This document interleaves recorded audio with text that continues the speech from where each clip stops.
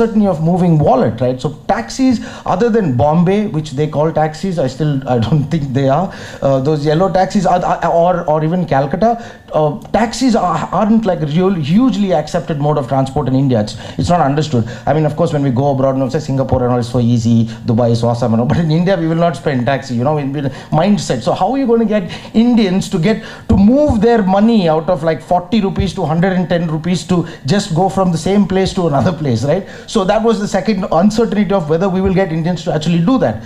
Third, complexity of meeting demand. So when Ola cabs launched, in the first 3 months, they went out and put out 3 radio spots, only 3, each one talking about the exact advantages of using the app. It completely blew up on their face because everybody loved what the offering was. Everybody wanted to use the app, and that's it. They did not have enough vehicles to service the demand. That's it. So the brand actually could not advertise for 3 years until they actually were present in many more cities and actually had, like today they have 5,000 cabs plying only in Bangalore. So they had to actually wait till that point. So complexity of meeting demand was one of their biggest challenge. Finally, ambiguity of a real promise. Right, so at the end of the day, I've got a platform, I allow you to see where your car is coming from, you can book and blah and blah. At the end of the day, at the other end, there is Mr. Manjunath who's driving the cab. I mean, who's got control over that guy? He's going to come without taking a bath, he's going to be smelling from last night's drinking, there's going to be mosquitoes inside his cab, he's going to smile, not smile, he may say good morning, he may not say good morning, he may be rude to you. So what is the actual promise a brand like Ola can make to make sure that this works, right? So, we had to actually work on a campaign where we wanted to tell people that you can leave whenever you want, right? So we couldn't say that you'll get a cab whenever you want. We said you can leave whenever you want. If we went so that we will 100% give you a cab, and even if 3 people didn't get a cab, social media will bring down the underpants of Ola on Twitter. You know what I'm saying? So we had to be very, very careful that we actually, connect with people and they actually associate that Ola cabs is there for me whenever I want, without us ever saying even once that you will get a cab when you book from Ola, right? Yeah, we are advertising people, we are sick like that, I'm sorry. So Ola had to make a promise that would not backfire on their faces. So I don't know how many of you have seen the recent campaign. It's called Chalo Niklo. I'll just pay you the examples. Your watch.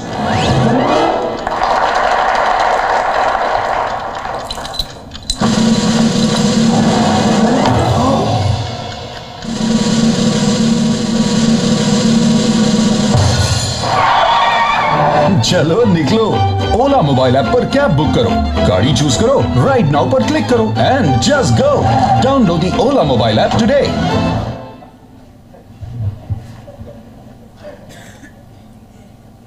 As we all know, Mr. Parthasarthi completes 25 years today. And to recognize his dedication, perseverance and hard work, I present to him a small token of our appreciation. Memento. Memento? Memento.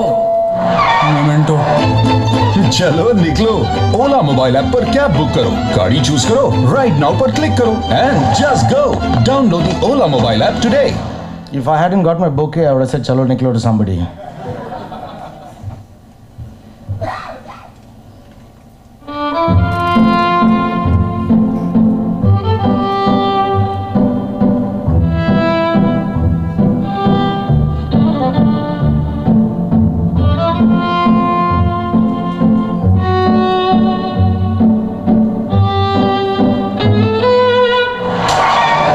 चलो निकलो ओला mobile app पर cab book करो गाड़ी choose करो right now पर click करो and just go download the Ola mobile app today That's it. That was my piece. Cheers.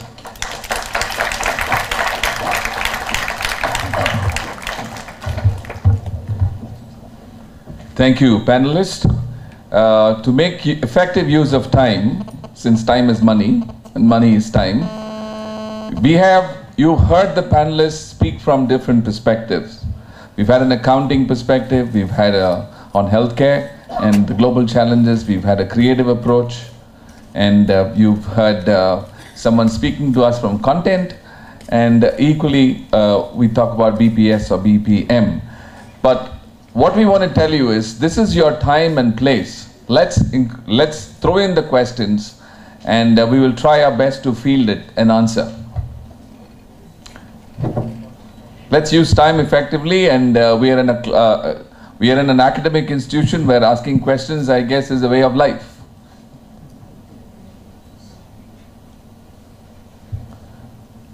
Otherwise, we say, chalo, niklo, and we will just depart, right? Yes, it was a good post-known session. Sir, I have a question. Is it the only technology which we can use and address the VUCA situation? Because all the examples what we saw was the technology oriented. Right. We use the advanced technology of, could be online, could be, mobile application, and to certain extent address these issues. Are there any other tools which we can use and address these, volatility, uncertainty issues? So before I actually turn it over to the panelists, let me presuppose one aspect of life. You cannot give what you don't have. VUCA or no VUCA, human beings are the ultimate for solving problems. You cannot give what you don't have. So as a human being, training up to be in management school, teaching management school graduates and graduating, you got to remember one thing: it's in your hands to solve creatively the problems that we have. But I'm going to turn it to Karthik and ask you to respond. Karthik, would you care to respond to that? Check. Check. All right.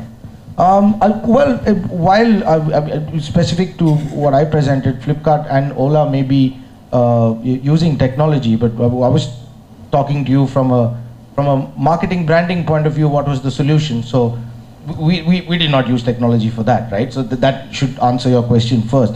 Secondly, we may be talking at a time when technology is possibly the boon that's kind of helping us get past the traditional shackles of all the problems that we have. Tomorrow it could be AIDS, just a bad example, but you know what I'm saying. It's about how you analyze the situation and find a new way to do it. That is the core and center of VUCA in whichever industry, whichever paradigm, whichever level. So I hope that answers your question. Let Peter supplement Karthik. Yeah, so one of my greatest admirers whom I've never seen or never met in person is somebody like Mahatma Gandhi. And if you look at it, what was his provocation? When he was thrown out of the train in South Africa, if it was one of us, we may have just dusted our trousers and waited for the next train. But he came back to India, he changed the whole complexion of India. He did not have technology at his disposal. He ran, in fact, if you look at the way he ran campaigns, as we talk about them today, they were so effective. Lakhs of people turned up. Why did they turn up? Because there was some message that he was delivering. So I think technology to me is only a medium, but it is the message and the conviction that you have, that you want to communicate, that is important. I think that is really what it is. Just taking a leaf on that, management jargons are meant to explain concepts, but the truth of all is human ingenuity. We are faced with these problems, we respond to the situation, and somebody else celebrates it with a complex jargon. So graduates, please remember, don't get stuck with the definition of the example. Do not forget to build your skills as a leader. You cannot give what you don't have. If you do not have leadership in you, you cannot give that. You cannot go forward. Next question, please. Yeah. Please go ahead, sir. Yeah, today there's a concern in the cloud that who's going to control all this transactional data when it's going to be analyzed to each corporate's requirement for the purpose of marketability or of the brand or for servicing, basically to get sales leads, etc. So there's a term like economy and other terms used where would technology take over okay, and control the few aspects like in human needs, wants, and fantasies or demands. So, what would you have to say on that aspect of controlling? The control feature that would arise, especially in the SMAC model that you're excising and marketing.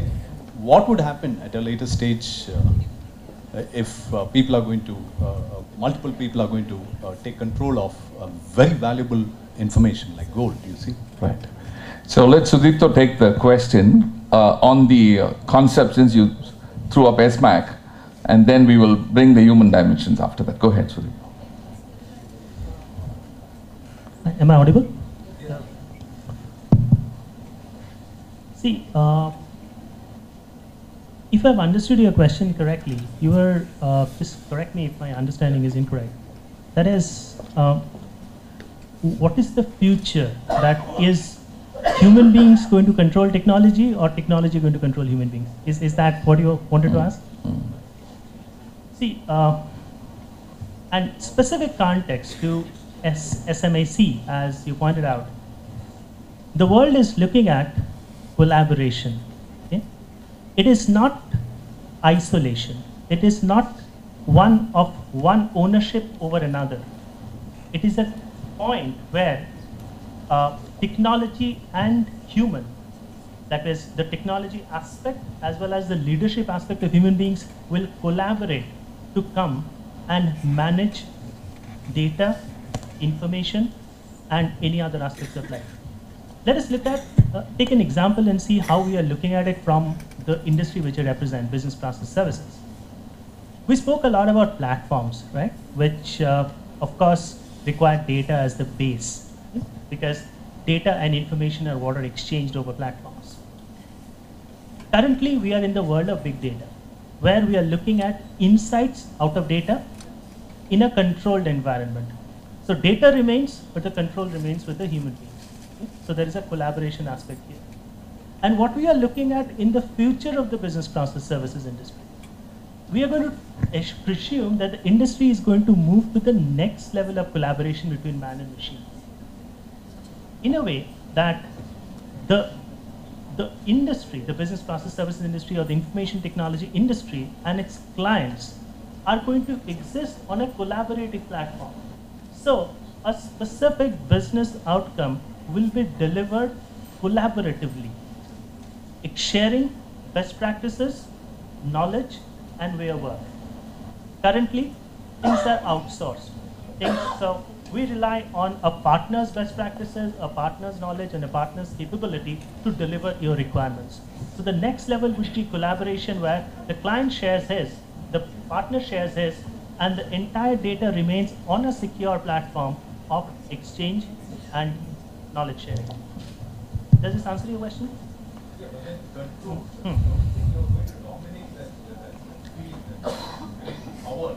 Right. So just to interject it there, what I want to say is, the truthful answer is whether technology will take over human brain, I don't know. And none of us will know. And so on that note, I'm going to ask, yes, go ahead, sir. I'll just give you perspective of emergency services, how technology can be put to use.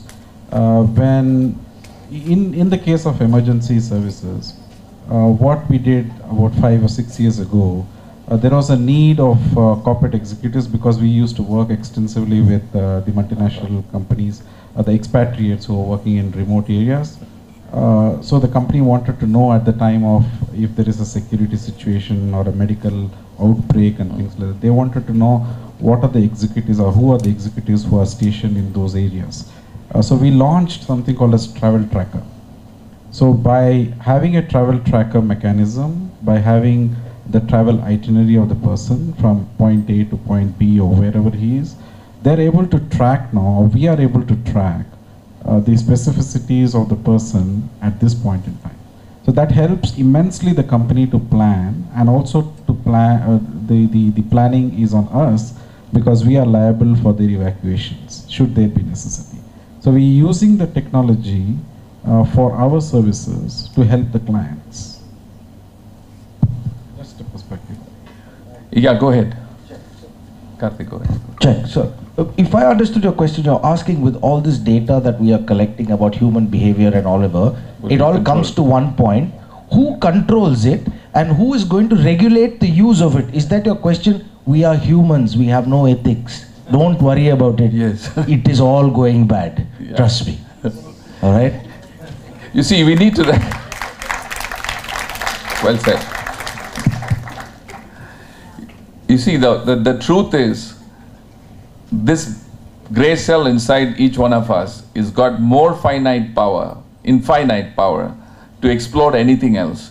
So we will always have this moot point of discussion and we will be in the dark. Like Karthik said, it's all going bad, so we may as well all go bad. But the other thing to also recognize is that we don't necessarily know the answers for all problems. But more importantly, I think there's an opportunity here to, when we believe in the human spirit, we need to do everything in our possibility of not just letting technology get jobs for us, but using our brains to develop ourselves, which has got far more to create and solve real world problems. So we keep that as our tone to take that up. Can we take the next question, please? Yes. Can we pass the mic there? Yes, go ahead. So this question is for Balakrishnan sir and Karthik sir. Sure. Sir, when you were presenting, you said that VUCA was existing through ages. Now, why people talk VUCA today? I'll give you a simple instance. We talk about rainwater harvesting. Rainwater harvesting we are talking of late. Is it rain was not existing before? Or is it something called a scarcity which has provoked the people to think about rainwater harvesting? If that is the case, then what is that scarcity factor which is enabling the people to talk about VUCA? Please, I want both of you to answer this question. Yeah, I mean, as the esteemed panelists have been telling, and I also told about, VUCA has been in existence. I mean, look, this is a jargon that was brought in by the US military forces to start with, but it's been in different acronyms in the past. Like I said about PCPs, the DRPs, the crisis management, all these things is an integral part of VUCA. If you analyze the components of VUCA, what we need to see is how this components is transformed into an opportunity.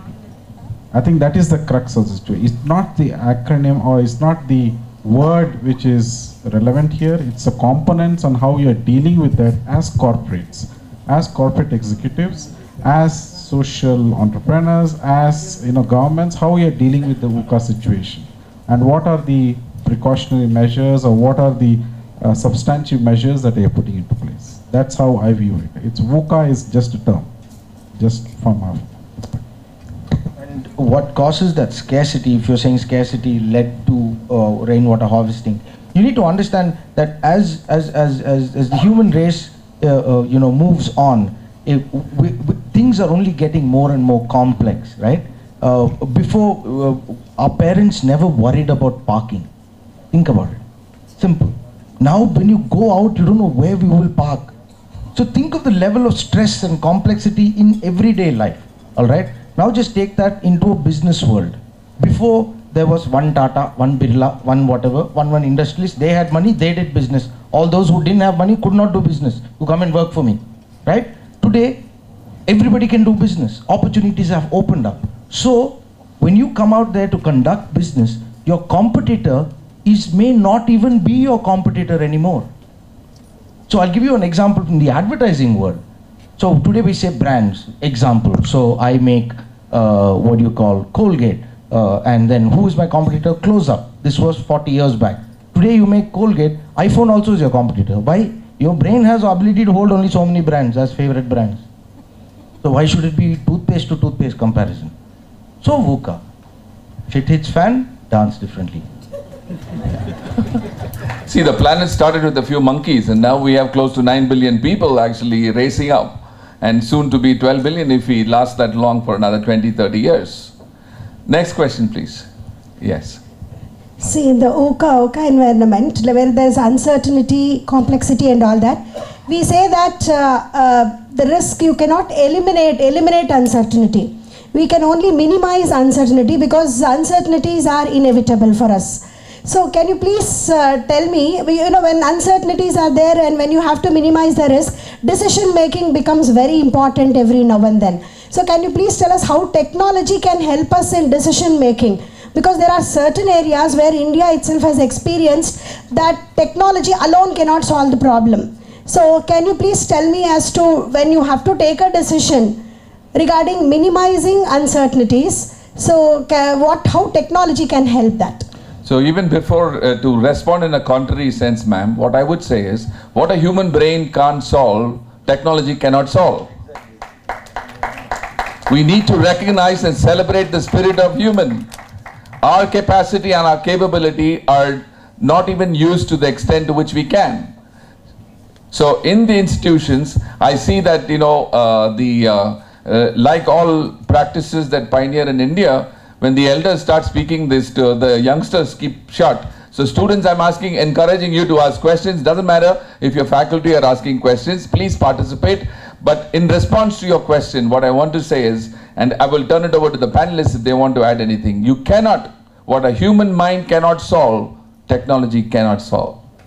Anybody else wants to add anything? Would you like to? All right, so let's take the next question. Good evening, sir. So I have a question. Today it is the world of social media, and if there is some fault in the, you know, any product, like there was an insect in the chicken in KFC. So in such situation, I mean, it spreads in the social media, like WhatsApp, all those. So in such situation, how do they regain the confidence in the customers?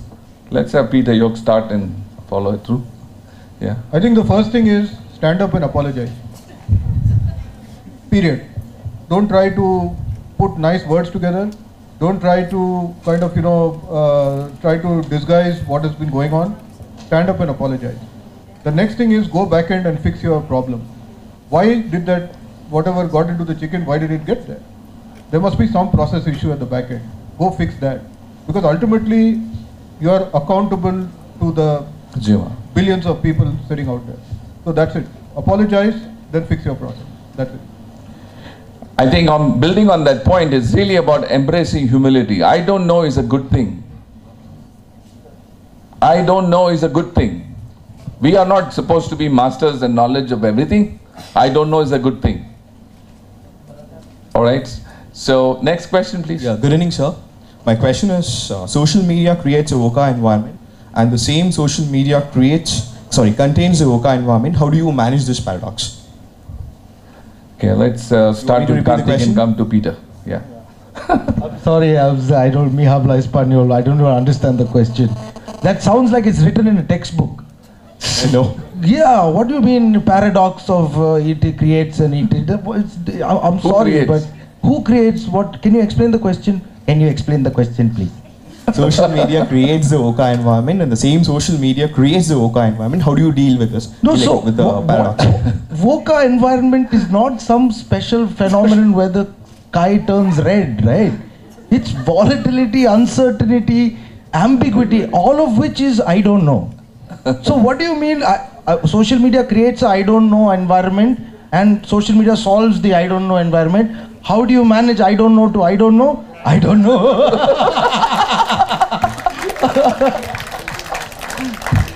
Thank you, sir. You see, I want to encourage you. See, across the panelists, and we have a wealth of experience. And almost, I just looked at another unique trend. Everyone's created a second career of sorts, right? So there's an opportunity. I guess this purpose is to really collaborate and earn. So don't get stuck up on fashions and hangovers. Who invented this world called social media?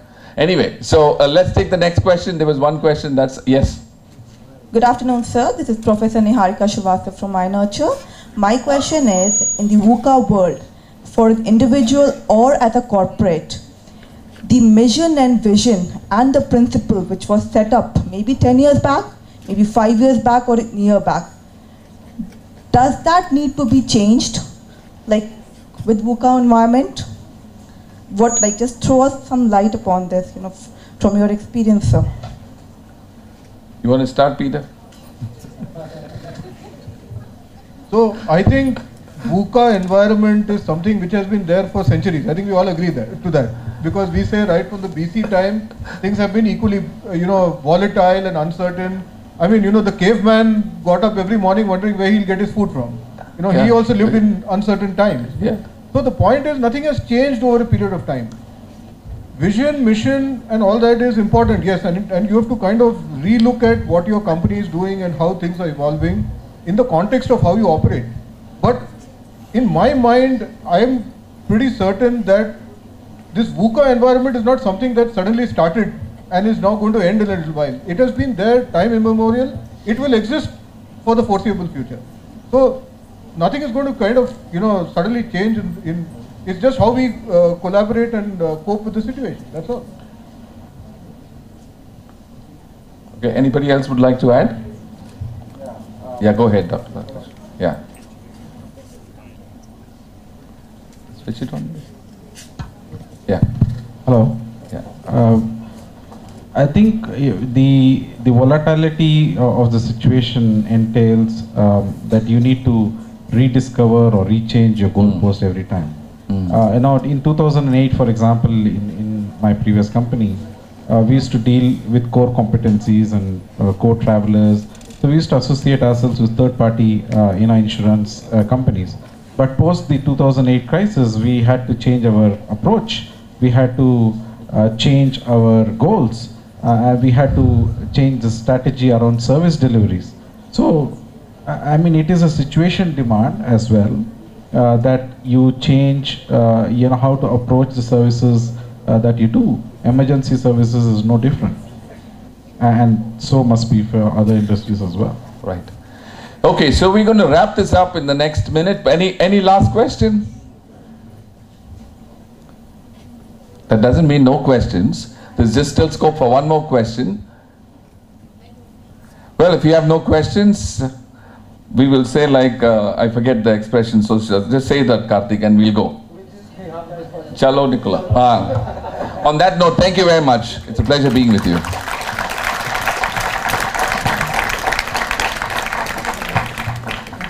Thank you, Sam. That was awesome. Is the expression your kids used? Yeah, awesome. Thank you, Sam. Thank you, Peter. Thank you, Sudipta. Thank you, Mr. Ravindran. Thank you, Karthik. And now we will... Yeah, chalo, Niklo. Yeah, can we, sir? Thank you so much, sir. Thank you all the speakers. Now it's time to give a token of gratitude to all the speakers and the moderator for the panel discussion. I request PTV sir to please hand over our token of gratitude to the moderator of the day, Mr. Samuel.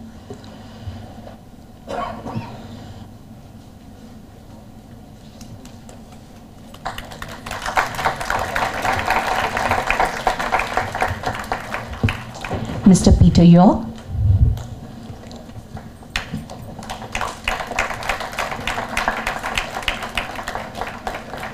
Mr. Sudipto Mazumdar.